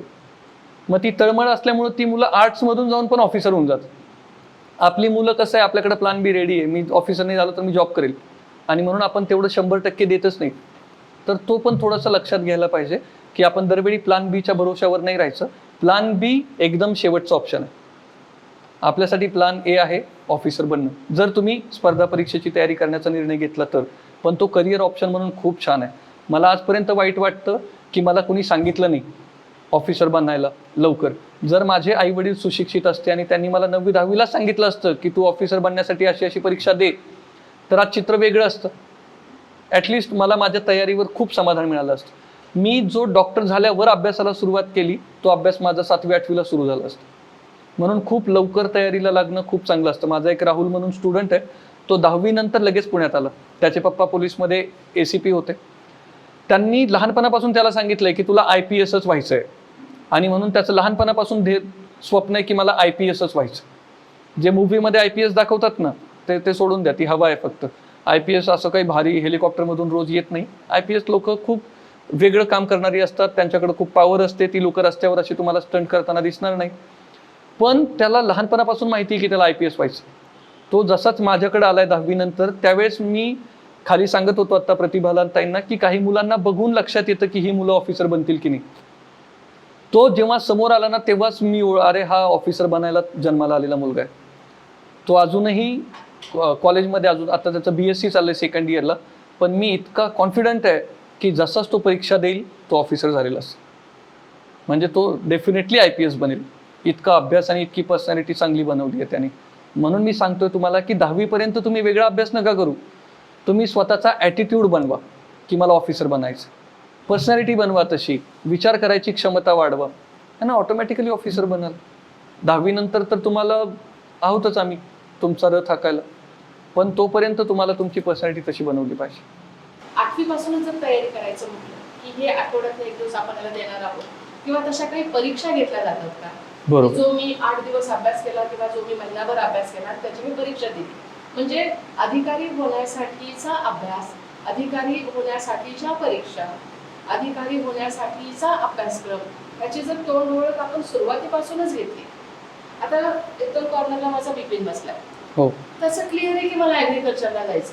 अरे वा, पण ऍग्रिकल्चर मध्ये MPSC UPSC पण खूप मोठ्या पोस्ट आहे. हो, खूप आहेत. आजपर्यंत माहितच नव्हतं. बरोबर. अशा काही स्पर्धा परीक्षातनं सुद्धा मी ऑफिसर बनू शकतो. एक्झॅक्टली. पण आतापासूनच जर असं काही करायचं म्हटलं तर त्यासाठी तुम्ही आमची काय मदत करू शकता? हां, मी जसं सांगितलं मुलांना की मी मोठा भाऊ म्हणून कायम तुमच्यासोबत असेल. तुम्ही कधी तुम्हाला करिअर निवडायचं आहे, करिअर काउन्सिलिंग करायचं असेल, तुम्हाला काही अडचणी येत आहेत, स्पर्धा परीक्षा करिअर निवडलंय, पुढं काय करायचं आहे, तर मी डेफिनेटली तुम्हाला सगळी मदत करेल माझ्याकडनं. म्हणजे मी कायम आपण असं म्हणूयात की ह्या बालनिकेतन बरोबर माझी अकॅडमी कायम राहील, माझा स्टाफ पण. First thing. सेकंड असं होतं की तुम्हाला 8वीपासून जर तयारी करायची आहे ना, तर तुम्ही आता MPSC करणाऱ्या मुलांचा जर सिलेबस बघितलं तर ही मुलं काय वाचतात ना, 6वी ते 12वीची भूगोलाची स्टेट बोर्डची पुस्तकं वाचतात, 7वी 8वी 10वीची इतिहासाची पुस्तकं वाचतायत, नागरिक शास्त्राची पुस्तकं वाचतायत. सिलेबस हाच आहे. ऑफिसर बनण्यासाठी नवीन विषय खूप जास्त नाहीत वाचायचे. इतिहास, भूगोल, नागरिक शास्त्र, सामान्य विज्ञान जे तुम्हाला शाळेत आहेत ना विषय, तेच वाचावे लागतात. म्हणून आत्ता तुम्ही जो तुमचा शाळेचा अभ्यास आहे तो खूप प्रामाणिकपणे केला पाहिजे. कारण जेव्हा माझ्याकडे मुलं येतात आणि मी त्यांना सांगतो ना, आता ही भूगोलाची पुस्तकं वाचा 6वी ते 12वी, त्यांना ती पुस्तकं अवघड जातात.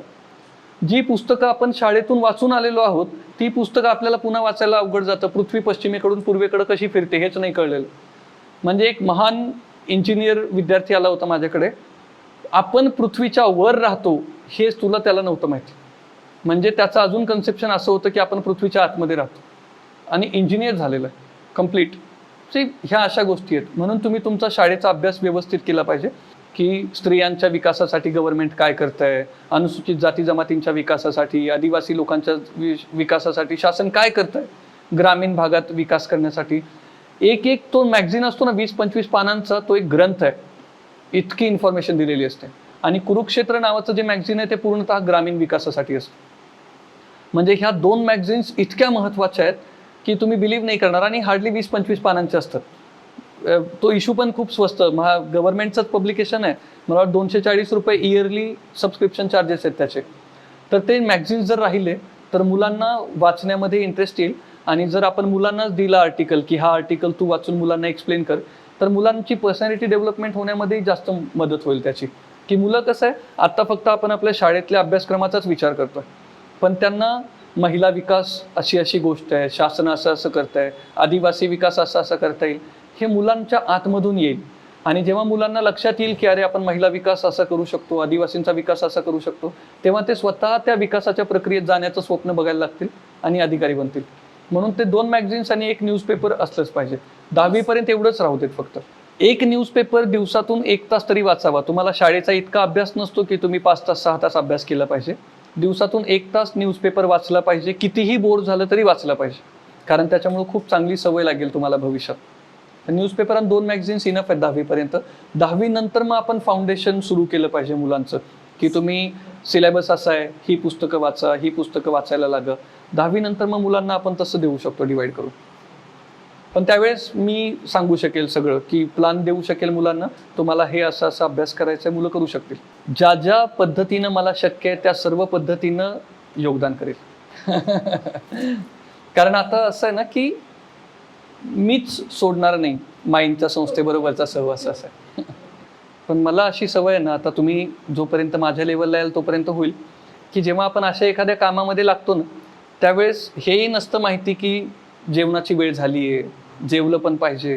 कारण ह्या इतक्या गोष्टींनी मन आणि पोट भरतं की जेवणाची ती अपेक्षा नाही राहत. पण हळूहळू त्या लेवलपर्यंत पोचाल. तुमच्याकडनं आत्ताच ती अपेक्षा करणं म्हणजे खूप ओझं टाकल्यासारखं असेल. पण माझी खरंच एक विनंती असेल तुम्हाला, रिक्वेस्ट, की तुम्ही समाजामध्ये खूप चांगलं काम करू शकाल. म्हणून तुम्ही स्वतःला मर्यादित नका ठेवू. तुम्ही स्वतःला प्रचंड पोटेन्शियल, प्रचंड क्षमतावान समजा आणि खूप मेहनत करा. एक साधारण घरातून आलेला विद्यार्थी जेव्हा ऑफिसर बनेल आणि एक तुमच्या विद्यार्थ्यांमधून, एक तुमच्यामधून गेलेला एक जेव्हा विद्यार्थी ऑफिसर बनेल, दोघांमध्ये खूप फरक असेल. त्याला माहिती नसेल समाजामध्ये मी काय काय करू शकतो, पण तुम्हाला माहिती मी समाजामध्ये काय काय करू शकतो. तर तुम्ही डेफिनेटली केलं पाहिजे अशी माझी मनापासून अपेक्षा आहे. अगेन तुम्ही निर्णय घ्याल आणि काहीही गरज लागली तर आम्ही कायम सोबत आहोत तुमच्या. तुम्ही जर बाहेर बघितलं थोडंसं अभ्यास सोडून, तर खूप सारे मोठी लोक आहेत. बिल गेट्स आहे किंवा मुकेश अंबानी साहेब आहेत. तुम्ही त्यांना बघाल कधी, ती लोक तुम्हाला स्वतः कधीच खूप भारी नाही दिसणार. म्हणजे मुकेश अंबानी साहेबांचे जर फोटो त्यांच्या ऑफिसमध्ये आले ना, व्हाईट शर्ट असतो, शर्ट इन वगैरे काही करत नाहीत, हाफ स्लीवचा शर्ट, एकदम जो आपले पप्पा वापरायचे 1990-2000 साली, त्यांची वेशभूषा तीच आहे अजून. एकदम इतका शर्ट, कधी शर्टही नाही आणि ब्लॅक कलरची पॅन्ट असते, हा त्यांचा रुटीन युनिफॉर्म आहे. पण तो व्यक्ती भारतातला सर्वात श्रीमंत व्यक्ती आहे. तुमच्या कपड्यांवरून तुम्हाला कधीच कोणीच नाही ओळखणार. तुम्ही जर कधी सिटीमध्ये गेलात ना, तर 10 पैकी 8 लोकांकडे ते लिवायच्या जीन्स आणि स्केचर्सचे शूज वगैरे ह्या गोष्टी असतील. त्या ब्रँड्सवरून आज आपण लोकांची किंमत करतच नाही, कधीच नाहीत करत. तुम्ही बघा, जेव्हा फॉरेन सेलिब्रिटीज येतात आपल्याकडं, एलॉन मस्क वगैरे येतात, तुम्ही बघा त्यांचे कपडे कसे असतात. त्यांच्याकडं नाही येतो व्हर्साचेचा शूज आणि एकदम भारी दाविंचीचे शूज आणि ह्या गोष्टी. मोठं होण्यासाठी ब्रँड नाही लागत. जेव्हा काय होतं माहिती आहे, मला माहिती की माझा स्वतःचा ब्रँड वीक आहे, माझ्या नावाला किंमत नाही आहे, तेव्हा मी माझी स्वतःची किंमत वाढवण्यासाठी नायकीचे शूज वापरतो. मी एकदम भारी ब्लॅकबेरीजचे कपडे वापरेल. मला जास्त ब्रँड्स माहिती नाही आहेत, मी आपलं रेमंड ह्या गोष्टीच माहिती आहेत जास्त. पण मग मी खूप भारी सूट वापरेल, है ना, ते लुई वुतॉन वगैरे काही ब्रँड्स आहेत. का? कारण माझ्यात किंमत नाही आहे. पण ज्यावेळेस मोठी लोक असतात ना, त्यांना माहिती असतं माझ्याच नावात इतकी किंमत आहे, मीच स्वतः इतका ब्रँड आहे की मला ह्या ब्रँड्सची गरजच नाही आहे, मी साधी चप्पल घालून फिरेल. म्हणून त्या ब्रँडच्या मागं लागून काही भलं नाही होणार, पहिली गोष्ट. दुसरं, मी स्वतः डॉक्टर होतो, कॉलेजमध्ये टॉपर, पैसे भरपूर होते, घरून भरपूर श्रीमंती होती. पण जेव्हा मी UPSC करायला आलो, आता पुन्हा मी खूप भारी असं बिलकुल नाही, पण आम्ही काय करायचो, त्या लक्ष्मी रोडवर आणि टिळक रोडवर दुकानं शोधायचो. 3 विकत घ्या आणि 5 मोफत मिळवा, असा सेल कुठे आहे का? मग काय करायचं, 3 विकत घ्या आणि 5 मोफत मिळवा म्हणजे 8 कपडे लागणार आहेत आपल्याला. मग मित्रांना विचारायचं कोणाला कपडे घ्यायचे, मग 8 कपडे हिशोब करायचा, जायचं, 3 कपडे विकत घ्यायचे, त्या 3 कपड्याच्या किमतीमध्ये 8 कपडे यायचे, बिल वाटून घ्यायचं. हार्डली 200, 300, 400 रुपयाला शर्ट पडायचं. लिटरली कधी कधी तर क्लासमध्ये जाताना ना फाटलेला शर्ट असायचा, बटन तुटलेला शर्ट असायचा काही. पण असं होतं ना की ह्या गोष्टी मॅटरच नाही करत. लोक मला बघतायत, लोकांना माझ्याकडनं अपेक्षा आहे, माझ्या कपड्यांकडनं अपेक्षा नाही आहेत. पण हे तुम्हाला आयुष्यभर नाही करायचं, असं आम्ही तुम्हाला बिलकुल म्हणत नाही तुम्ही ब्रँड नका वापरू. तो एक वेळ येईल जेव्हा तुम्हाला ब्रँड वापरण्याची इच्छा होईल आणि त्यावेळेसच व्हायला पाहिजे. तुम्ही स्वतः इतके मोठे ब्रँड बनाल. तुम्ही बघितलंय कधी पंतप्रधान साहेबांना त्यांनी एकदम असे भारी शूज घातलेत नायकेचे, कुठं फिरायला गेलेत असे एकदम त्यांनी भारी अरमानीचे चष्मे घातलेत? नाही, कारण तो खूप मोठा ब्रँड आहे. त्यांनी जर ज्या दिवशी घालतील ते ब्रँडचा एखादा चष्मा, तो ब्रँड मोठा झालेला असेल. म्हणून तुम्ही ह्या ब्रँडच्या मागे लागणं ना नाही, चांगली गोष्ट नाही आहे. 10वी पर्यंत मोबाईल मुलांकडे असणं हे तुम्ही मुलांच्या वाटोळ्याचं सगळं षडयंत्र करून ठेवलंय, असं मी माझ्या नातेवाईकांना सुद्धा सांगतो. माझ्या घरातल्या कोणत्याही मुलाकडे तुम्हाला 10वी 12वीच्या अगोदर फोन दिसणारच नाही. खरंच नाही आहेत ह्या गोष्टी चांगल्या. ह्या गोष्टी आहे ना, असं नाही आहे की मोबाईल वाईटच असतो, पण जे मोबाईलचा आपल्याला नाद लागतो ना तो खूप वाईट आहे. तुम्ही तुमच्या क्लासमधल्या मुलांकडे मोबाईल बघता, ती मुलं काय करतात मोबाईल बरोबर? फेसबुकवर अकाउंट आहे, काय भलं झालं फेसबुकवर अकाउंट असून? ज्या व्यक्तीने फेसबुक बनवलंय, मार्क झुकरबर्ग, त्याला विचारा की तो दिवसातून किती वेळ फेसबुकवर वेळ घालवतो. नाही घालवत. त्यांनी कंपनी बनवली आणि आपल्याला म्हणतोय आता तुम्ही वेळ घालवा, मी माझे पैसे कमवतो. मोबाईल यूट्यूब बघण्यासाठी, इंस्टाग्रामचे व्हिडिओज बघण्यासाठी, व्हॉट्सॲपवर मेसेज करण्यासाठी, फेसबुकवर अननेसेसरी चॅट करण्यासाठी नसतो. हे चुकीचा वापर आहे. एक डॉक्युमेंटरी आली होती मध्यंतरी, चीनमधली मुलं, चीन देश माहिती आहे आपल्या उत्तरेलाच आहे आणि आपले काही संबंध पण खूप चांगले नाही आहेत चीनबरोबर. चीनमधली मुलं जी कॉलेजमध्ये जातात तुमच्या वयाची आणि भारतातली मुलं, ह्यांच्यामध्ये तुलना केली तर त्यांच्या असं लक्षात आलं, सगळीजण म्हणत होती चीन खूप मोठा आहे, जगातली सगळ्यात मोठी अर्थव्यवस्था बनेल, सगळ्यात श्रीमंत देश बनेल, भारत का नाही बनणार? आणि ह्या वर्षी भारताने चीनला मागं टाकून भारत जगातला सगळ्यात जास्त लोकसंख्येचा देश बनला. आपल्याकडे लोक जास्त आहेत बरं चीनपेक्षा, पण चीन आपल्यापेक्षा खूप जास्त श्रीमंत आहे, जवळपास 7 पट श्रीमंत आहे आपल्यापेक्षा. का?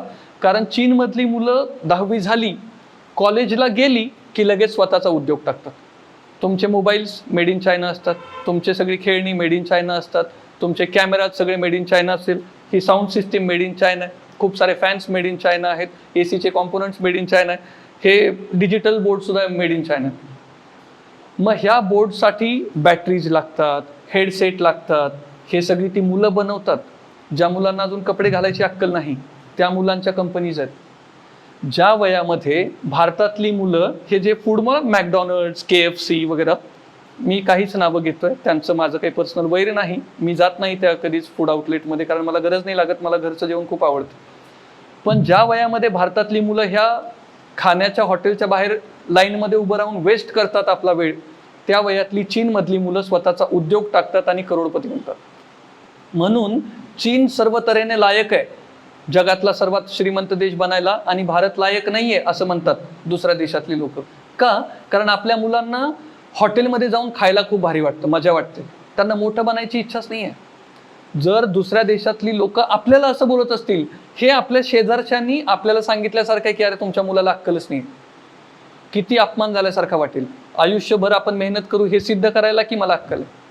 पण आपल्याला दुसऱ्या देशाची लोक अशी म्हणतात की भारतातली लोक त्या मॅकडॉनल्ड्स, KFC ह्या कॅफेच्या बाहेर वेळ घालवतात लाईनमध्ये उभा राहण्यात, एका बर्गरची ऑर्डर देण्यासाठी अर्धा तास वेळ वाया घालवतात.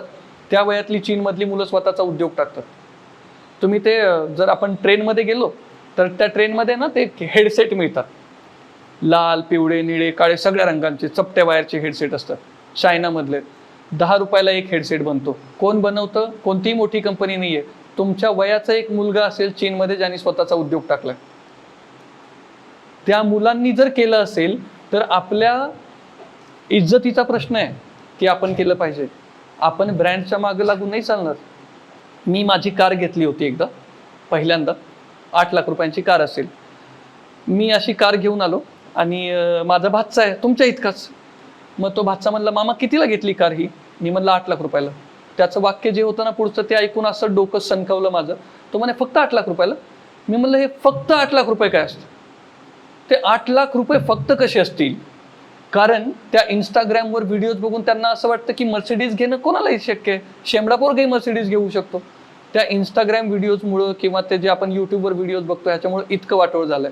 आता तो जेव्हा जॉबला लागलाय ना तेव्हा त्याला कळतं 25,000 रुपये सॅलरी, वर्षाचे 3 लाख रुपये होतात. मग मी आता त्याला विचारतो 8 लाख रुपये फक्त असतात का? मग त्याला पटतं की नाही, मला 3 वर्ष लागतील 8 लाख रुपये कमवायला. म्हणून ह्या गोष्टी आहे ना तुम्हाला तुमच्या यशापासून खूप लांब ठेवतील. तुम्ही ह्या असे फालतू लोकांचे ब्रँड नका समोर ठेवू. ती लोक खूप मोठी झाली आहेत, त्यांच्याकडे खूप पैसा आहे तेव्हा ते ब्रँड सांभाळतात. आपल्याकडं आदर्श असला पाहिजे APJ अब्दुल कलाम सरांचा. त्यांना हेअरस्टाईल करायला वेळ नव्हती म्हणून त्यांनी केस अशी करून त्यांची केस अशी होती. ते कधी सॅलॉनमध्ये गेले नाहीत, भारी 250 रुपयाला देऊन हेअर कट करून आले, मशरूम कट अँड ऑल. पण तो मोठा ब्रँड आहे. आज जर तुम्हाला एखाद्या हिरोचं नाव घेतलं मी आणि त्याच्यासोबत सगळे हिरो ऑफकोर्स त्यांच्या क्षेत्रात मोठे आहेत, त्यांचा अपमान करायचा नाही मला. पण जर आपण एकीकडे एखादा मोठा हिरो घेतला आणि त्याच्याबरोबर APJ अब्दुल कलाम सरांचं नाव घेतलं आणि तुम्हाला विचारलं कोण ग्रेट आहे, तर तुम्ही सुद्धा ॲक्सेप्ट कराल की APJ अब्दुल कलाम सर मोठे आहेत. त्यांच्याकडे नव्हते शूज, त्यांच्याकडे काहीच नव्हतं. तो व्यक्ती अतिशय एकदम गरीब घरातून आलेला, त्यांनी भारताला मिसाईलमध्ये एवढं मोठं बनवलं. जर आपल्याकडे त्या मिसाईल नसत्या ना तर डोकं झुकवून राहावं लागलं असतं चीनसमोर. पण तो मोठा ब्रँड आहे. ज्यांनी कधी मोठा ब्रँड नाही वापरलं, कधीच नाही. तुम्ही ह्या ब्रँडच्या चक्करमध्ये नका पडू. हे ब्रँड आहे ना तुम्हाला आठवडाभर सुख देतील.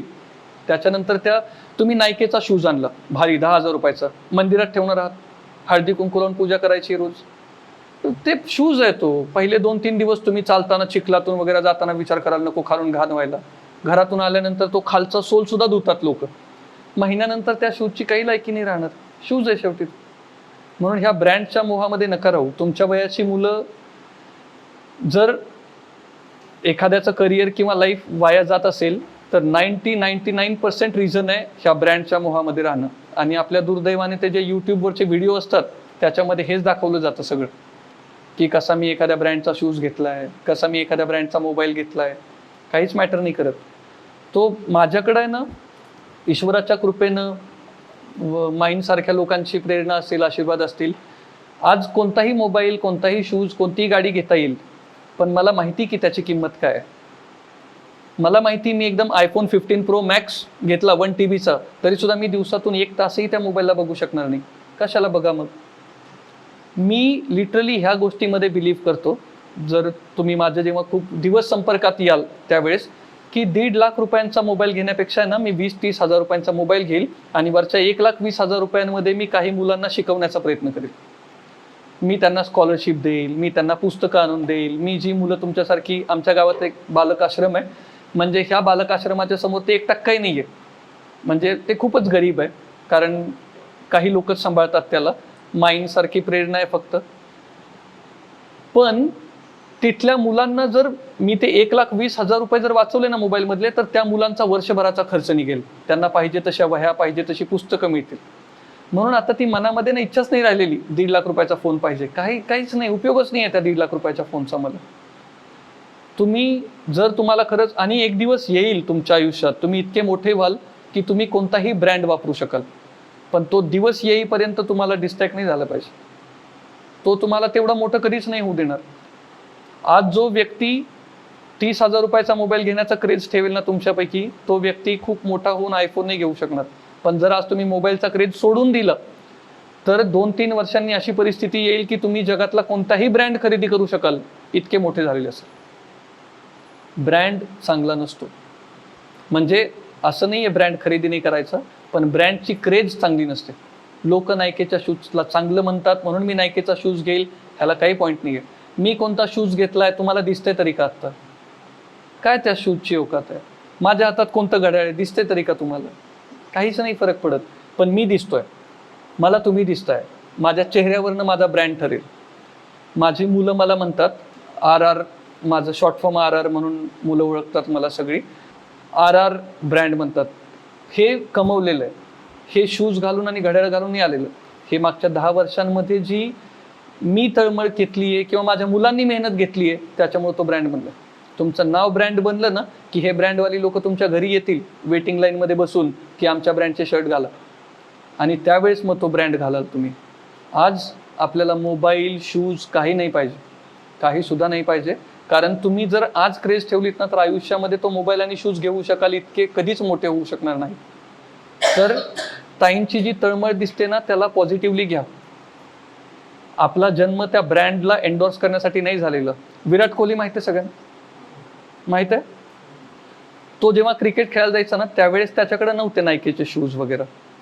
तो आज ब्रँड बनलाय आणि आज आता सगळ्या कंपन्या येतात त्याच्याकडे, पुमा वगैरे, की तुम्ही आमच्या ब्रँडची ऍड करा, आमच्या ब्रँडचा शर्ट घाला. फुकट त्याला शर्ट मिळतात त्या ब्रँडचे. उलट फुकट नाही मिळत, तो शर्ट घातल्यामुळे त्याला 5-5 कोटी रुपये मिळतात, कारण त्यांनी स्वतःचा ब्रँड क्रिएट केलाय.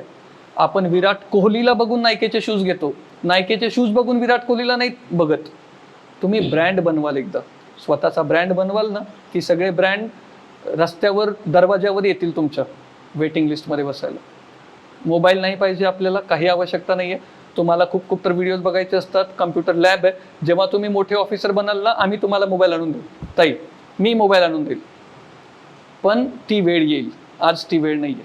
आज आपली वेळ आहे फक्त मेहनत करण्याची, अभ्यास करण्याची आणि ताईंचं बाईंचं स्वप्न पूर्ण करण्याची, बस. दुसरं नाही करायचं. आता शेवटी मी मोठा भाऊ म्हणून तुम्हाला झापेल, मी तुम्हाला बोलेल, तुम्हाला जे करायचं आहे तेच तुम्ही करणार, ते मलाही माहिती आहे. पण मला हे माहिती आहे की तुम्ही मोबाईल बघितल्यामुळं, ह्या ब्रँडच्या मागं लागल्यामुळं वाट लागेल आयुष्याची. भलं काही नाही होत. माझे भाचे सगळे तुमच्या वयाचे आहेत सुदैवानं. मी सगळ्यांना, तुम्ही विचार करा, मी तुम्हाला 2 तास एवढं टॉर्चर करतोय, मी त्यांना दिवस रात्र टॉर्चर करतो. पण आज अभिमान आहे की ती मुलं बिलकुल ब्रँडचा त्यांना शौक नाही आहे, क्रेज नाही आहे. सगळी मुलं चांगलं शिकतात, तुमच्यासारखं गपचूप अभ्यास करतात घरी बसून. माझ्या समोर का असे ना, शिस्तीनं राहिलं पाहिजे, बरोबर? आणि हे तुमच्या भल्यासाठी आहे. तुम्हाला ब्रँड देणं अवघड नाही आहे, पण तुम्हाला ब्रँड दिलं ना की तुम्ही मोठे बनणार नाहीत, हे आम्हाला 100% माहिती. Thank you so much sir. खूप चांगल्या पद्धतीने अगदी खोलात खोल जाऊन तुम्ही आमच्या लेकरांना माहिती दिला.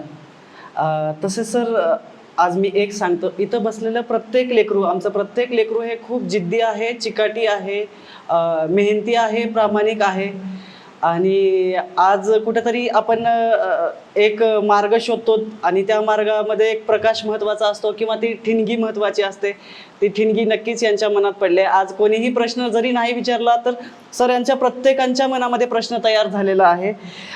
शेवटी मी एकच म्हणतो, हर वक्त जीतने का जज्बा होना चाहिए, हर वक्त जीतने का जज्बा होना चाहिए. किस्मत बदले या ना बदले पर समय जरूर बदलता है, किस्मत बदले या ना बदले पर समय जरूर बदलता है.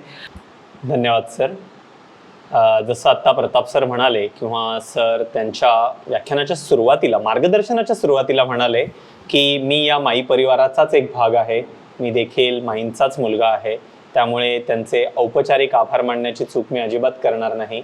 परंतु तरी देखील आज ते इथे वेळ काढून आले. त्यांनी आमच्या सर्वांच्या मनात या इतक्या मोठ्या विषयाप्रती एक थोडीशी ठिणगी टाकली आणि नक्कीच आम्ही सगळे एका नवीन विचारासाठी तयार झालेलो आहोत. याबद्दल आम्ही सर्व कृतज्ञता व्यक्त करतो. आत्ता जरी आमच्याकडनं प्रश्न आलेले नाही आहेत तरी सगळ्यांच्या चेहऱ्यात विषय चालू आहेत. सगळे नक्कीच आपल्या वेगवेगळ्या सोर्सेसकडनं, आपल्या मोठ्या भावांकडनं, स्टाफकडनं या विषयाची नक्कीच माहिती घेतील आणि आम्ही लवकरच सर असे आलेले प्रश्न तुमच्यापर्यंत घेऊन येऊ आणि नक्कीच तुमचा आम्ही देखील खूप जास्त वेळ घेणार आहोत. अरे आमचे पोलीस भरतीची तयारी करणारे असतील किंवा संगणक अगदी कृषी क्षेत्रात जाणारी भावंड असतील, हे सर्व तुमच्याकडे लवकरच प्रश्न घेऊन येतील. आणि आजचा हा कार्यक्रम किंवा या कार्यक्रमाविषयीची जी युनिक कन्सेप्ट आहे ती संयोजकांनी आमच्यापर्यंत पोहोचवली. या कार्यक्रम संपन्न व्हावा या दृष्टिकोनातनं ज्या सर्वांनी हातभार लावले, ज्यांनी आज सकाळपासून तयारी केली, ते सर्व स्टाफ मेंबर्स, आपल्या विद्यार्थी कमिटीचे सर्व मेंबर्स, त्यांच्यासोबत काम करणारे सर्व विद्यार्थी, तुम्हाला खूप खूप धन्यवाद. आणि आजचा हा कार्यक्रम येथेच संपन्न झाला आणि आपला सर्वांचा स्पर्धा परीक्षांकडचा प्रवास सुरू झाला असे मी जाहीर करतो. धन्यवाद.